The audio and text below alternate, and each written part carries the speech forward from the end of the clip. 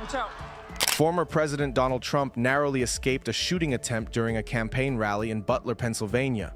Gunshots interrupted the event, injuring Trump and killing one person, with two others critically wounded. The shooter was quickly shot by Secret Service snipers. Trump, after receiving medical treatment, expressed gratitude to law enforcement and supporters. President Biden condemned the violence, calling for national unity against such acts. The incident has sparked general reactions, emphasizing the need to complain political violence and ensure accountability. But the question remains, who was the person who shot at former President Donald Trump during his rally? Let's find out about the shooter. It'll involve all the key detail, I'm sure, about the events that unfolded today. We've already just received word that the shooter was a 20-year-old kid from Pennsylvania, which I'm sure is about to be confirmed. Crooks had no criminal record, no signs of mental illness. He was a registered Republican, but donated $15 to a Democratic-aligned group. His former classmates described him as smart and polite. In police press conference following the attempted assassination of former President Donald Trump at a rally in Butler, Pennsylvania, critical details about the shooter have come to light.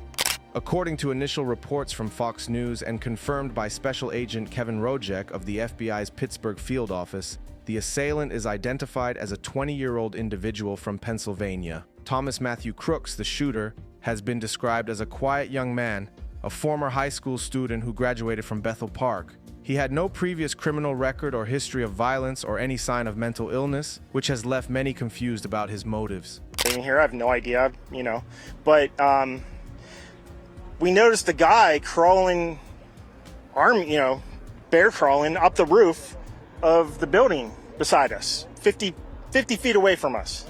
So we're standing there, we're pointing at the guy crawling up the roof. And he had a gun, right? He had a rifle. Eyewitnesses at the rally described moments of absolute panic and chaos as shots rang out.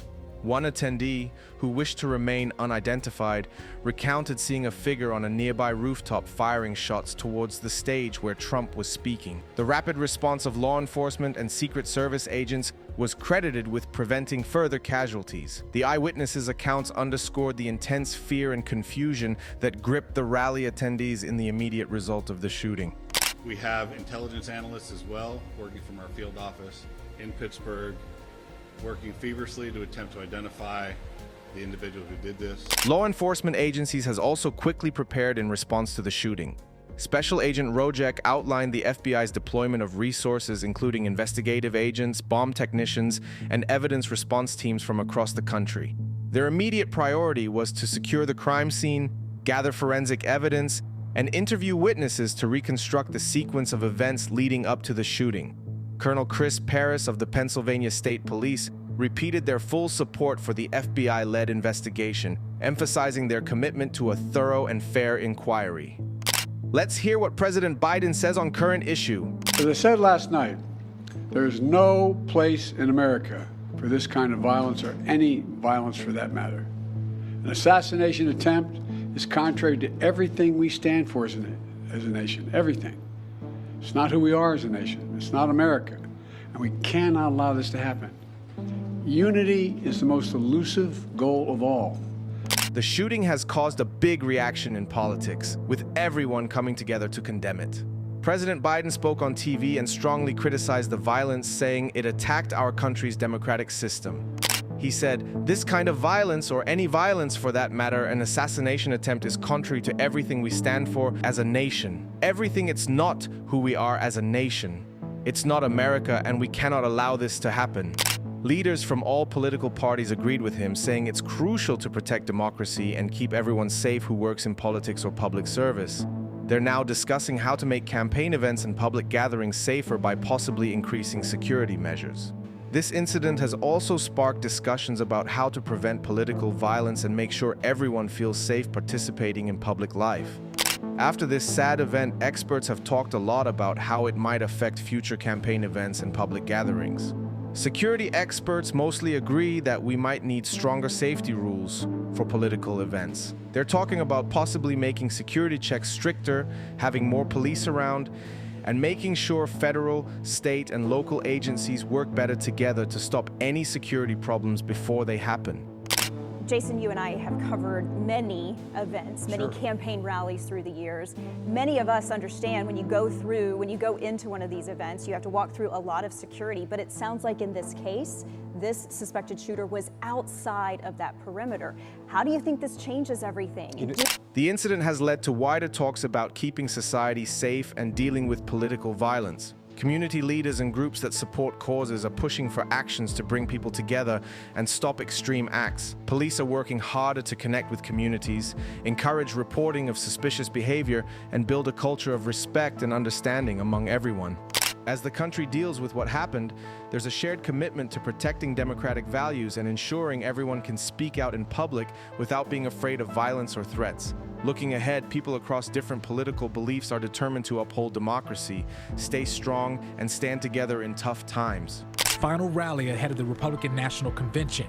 He would sit alone at lunch. I mean, he was just an outcast, and you know how kids are nowadays. Crooks' classmates. As the investigation progresses, attention has turned to the legal consequences for Thomas Mathew Crooks. Law enforcement officials have not yet disclosed his motives for the attack, leaving the public and media to speculate on possible political or personal reasons. Legal experts anticipate that Crooks will face multiple charges, including attempted assassination and potentially terrorism-related offenses, depending on the outcome of the investigation. The case is expected to draw significant attention from legal scholars and advocacy groups concerned with gun violence and political extremism. In response to the incident, there has been a sharp focus on enhancing security measures at political rallies and public events. Secret Service protocols are under review, with discussions underway about stricter screening procedures for attendees and increased surveillance of potential threats. Political campaigns are reassessing their security arrangements, with some considering additional measures such as bulletproof barriers and enhanced coordination with local law enforcement agencies. The goal is to strike a balance between ensuring the safety of candidates and preserving the accessibility of public events. The rule of law, to call for action at the ballot box. No violence on our streets. That's how democracy should work. We debate and disagree. We compare and contrast the character of the candidates. The attempted shooting has also raised broader concerns about public safety and the prevalence of political violence in American society. Polls indicate growing unease among the public regarding the risks faced by political figures and the potential for further acts of violence. Community leaders and advocacy groups are calling for dialogue and collective action to address underlying social divisions and prevent radicalization among disaffected individuals. Law enforcement agencies are expanding outreach efforts to engage with communities and promote awareness of reporting suspicious activities. At last, this event has sparked a complex response about law enforcement efforts, political repercussions, legal considerations, and public safety concerns. The investigation into Thomas Mathew Crooks' motives remains ongoing, with law enforcement agencies committed to uncovering the truth behind this terrible act. As the nation reflects on the incident, there is a changed determination to uphold democratic principles and protect the safety of all citizens. Moving forward, stakeholders will continue to collaborate to strengthen security measures and mitigate the risk of political violence in an increasingly polarized society. Do let us know your views in the comments below. If you like this video, hit the subscribe button and press the bell icon so you're notified as soon as we upload our next video. Thanks for watching.